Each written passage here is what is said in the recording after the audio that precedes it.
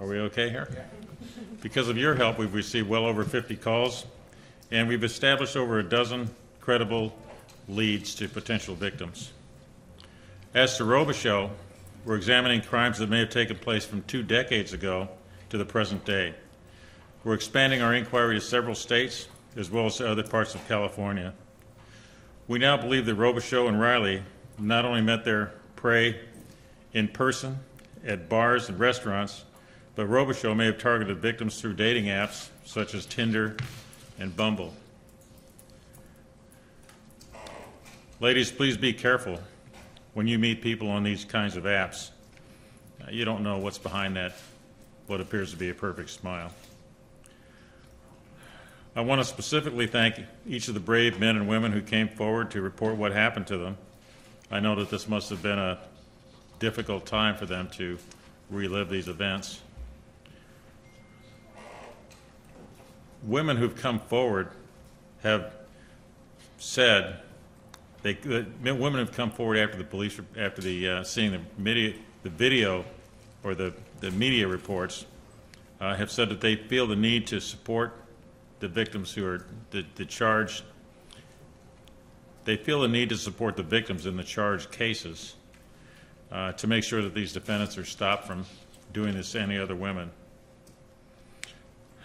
Speaking directly to any potential additional victims out there, even if you made a conscious decision to party or to drink, we might say party, even if you made a conscious decision to party with this couple or with anybody else for that matter, no one gets a pass to have their way with you once you're unconscious or past the point of consent.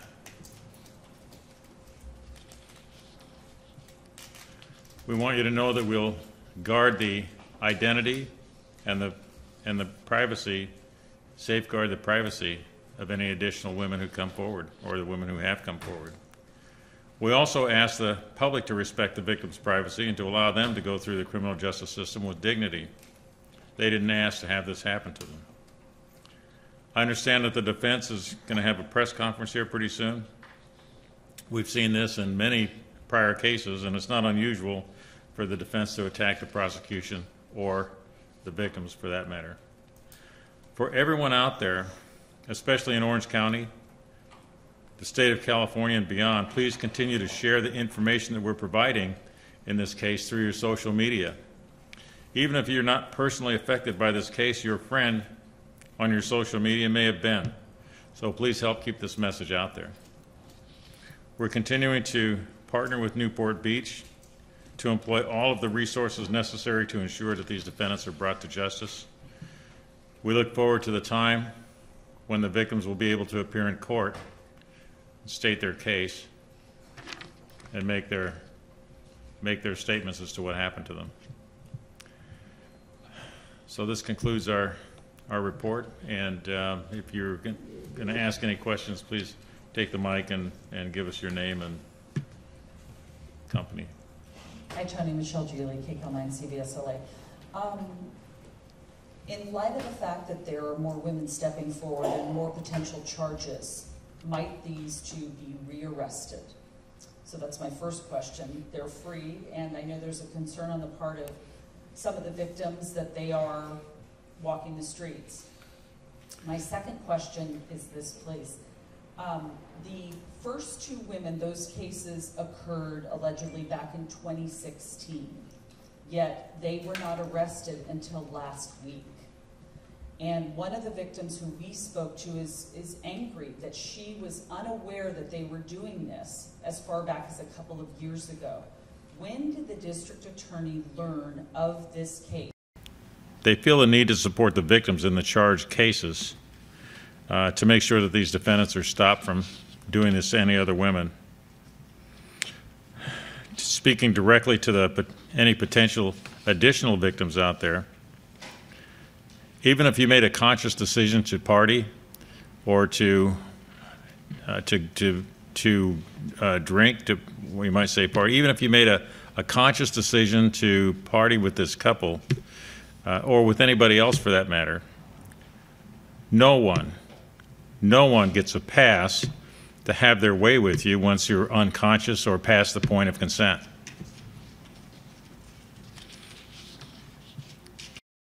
About the investigation, frankly, I think we've talked about this a little bit before, but I think we should need to leave it to Newport Beach, to the Newport Beach Police Department, for them to talk about what they were doing, if they want to reveal what was going on during that time period. And we first became aware of this case a few months ago with a DNA result that did not come back to these defendants, but it caused us to become aware that this case existed. And since then, we've been working with Newport to put together the search warrant and develop the evidence and bring the case. They gave us the case to file in September, and I think the date was September 8th. But there was a search warrant served in January that the district attorney was aware of, and so has the police department been investigating it since January and then brought the case to your office within the last several weeks? So, you didn't speak into the microphone, but I'm going to qualify that. I'm going to allow that question anyway. Yes. That's your question. Is whether or not the Newport Beach Police have been working to investigate the case from the time of the search warrant. They served the search warrant. They developed the evidence. They've been working to investigate the case since then, to bring the case to us since then. Yes, as far as I know. This is Sarah Seidner at CNN. I'm curious as to, between 2016 and 2018, do you have any sense of how many women may have been assaulted in that time period? Oh, the question is whether or not we have any sense of how many women may have been assaulted between the time period 2016 to 2018. The truth of the matter is, I don't. We don't have any anyone who's come forward during that time period as of yet. If there are women who are seeing this and have been victimized in this way, and you know, we do want them to come forward. I'm asking a little bit further past that. There is video evidence, I think, that you had mentioned that police do have a hold of, and usually there are timestamps on video. So curious to know if there are victims that they have found in that video. Yeah, we haven't been able at this point. We haven't been able to examine the evidence to the point that what you're saying. I mean, we will, but it's going to take some time. I mean, we have terabytes of digital evidence and much of it video and pictures and other kinds of things, and so it's going to take some time and some resources to go through all of these and categorize them like you're saying. And one last question to follow up to something that you had said about DNA. Did you say that DNA came back that matched the two of them? Or No. One of them? Okay. No, I said there was a DNA result that brought our attention to this case. Can you explain any further? I can't really. I'm just, I'm trying to answer this question about when did you first, know about it, that kind of thing. So. Okay. Thank you. Mm-hmm. Pete Demetrio, KNX 1070. Is my understanding these two people have bailed out and are currently free? And is there any possibility that, given additional criminal charges could be filed, DA's office would go to the court and say, given the extraordinary nature of the events here and the possibility of more victims, bail revocation would be in order to hold these people? Well, I certainly don't want to deny that, but I don't really want to say what our intentions are in terms of what happens if we file another count or two or more. I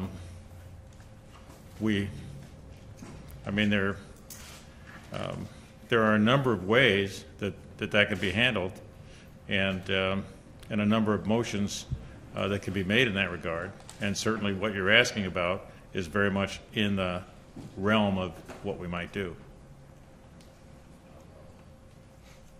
Did I clarify that for you?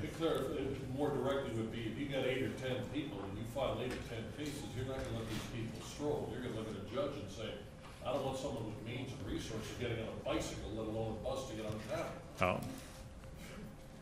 Mr. Demetrio, we're going to do all we could do to bring justice for these victims, and we're going to do all we can do to make sure that these defendants do not harm anyone else, and we will do that as soon as we can, and we'll be effective as we can. Forgive me, Sarah Seidel with CNN. Just one more question. You mentioned yourself brave men and women that came forward. Were there men as well who came forward? Did I say that? I must have misread my notes, because we're just talking about women. Okay. Thank you very much.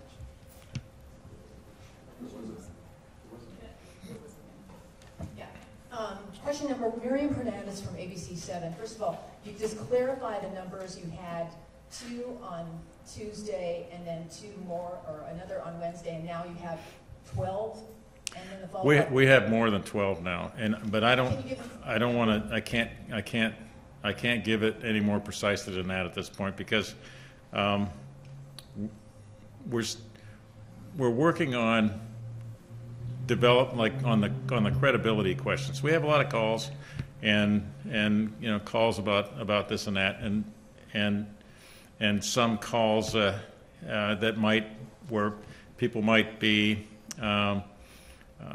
thinking they were victimized about one thing or another, and so we're narrowing this down to victims of this Dr. Robichaux and Sarissa Riley, either or both, and ones that are credible. And so what I can tell you at this point is we have at least 12, we have more than 12 credible victims or credible potential victims, and that's going to still take more work, because we have to get better and more detailed statements from them. We have to compare their statements with all of the evidence in the case, all of the various circumstances, and with what we can find on as far as the digital evidence is concerned too. So a lot of work with respect to each one of these. And this is kind of a follow-up from Michelle's question. Were women at risk between the time the DA's office signed off on the search warrant, which was in December 2017, and last Tuesday, September 18th?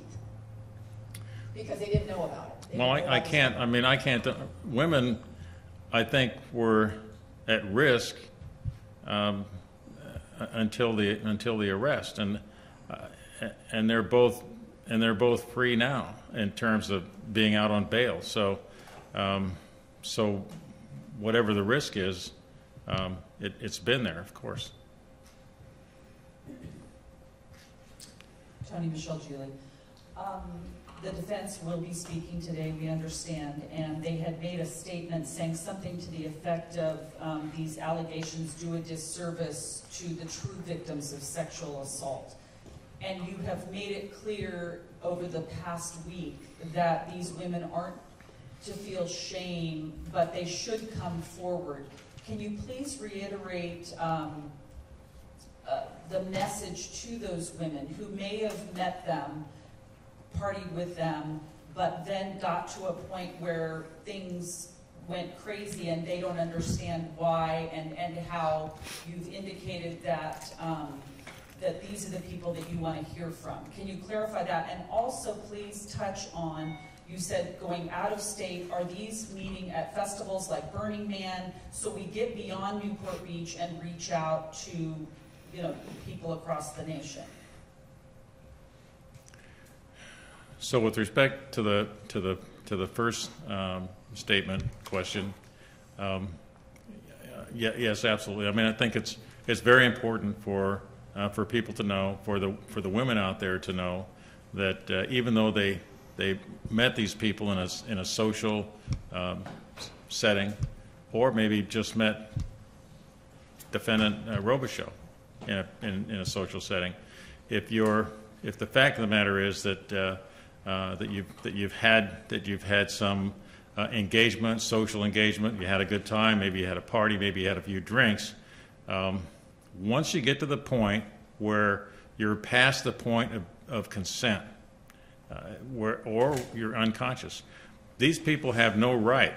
They have no right to have sexual conduct with you when you can't consent, and so there's nothing to be ashamed of. But it's very important to bring that information to us so that we can put it together. We can put this case together. Bring whatever other crimes might be out there forward, and get this handled, and bring these people to justice, and also let it be a message to others that you can't treat people that way. You can't get them intoxicated. You can't put them under. You can't put them under with a date rape drug to the point where they can no longer resist, and then have your way with them. That is a crime.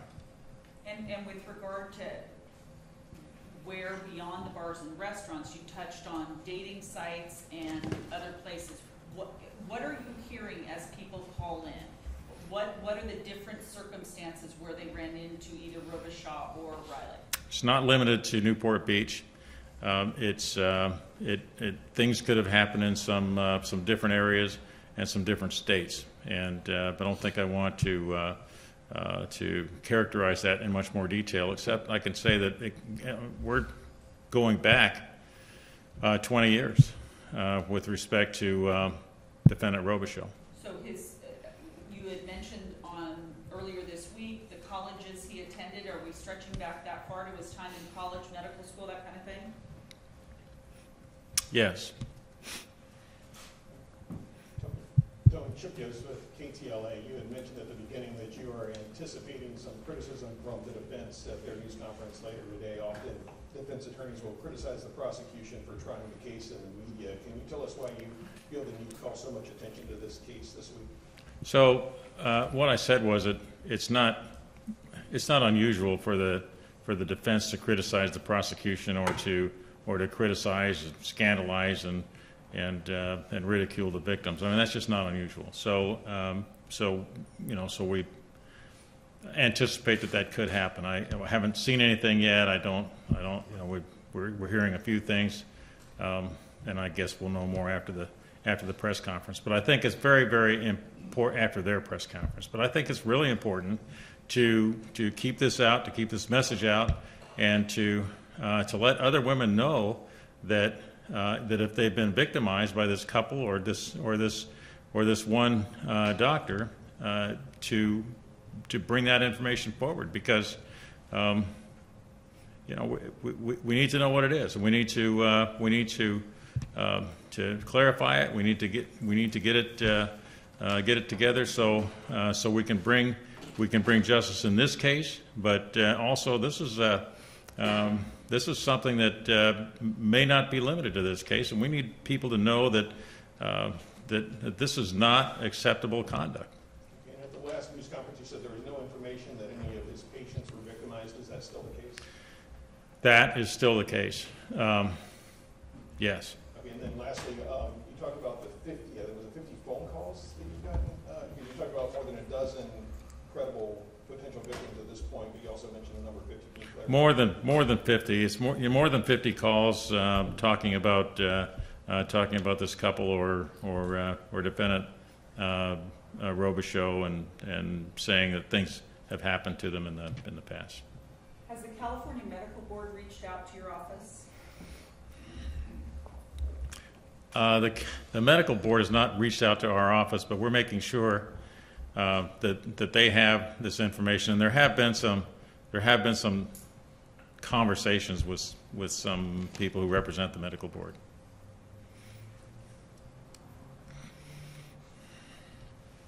All right, thank you very much, ladies and gentlemen. I appreciate your time and your attention. Thank you, sir.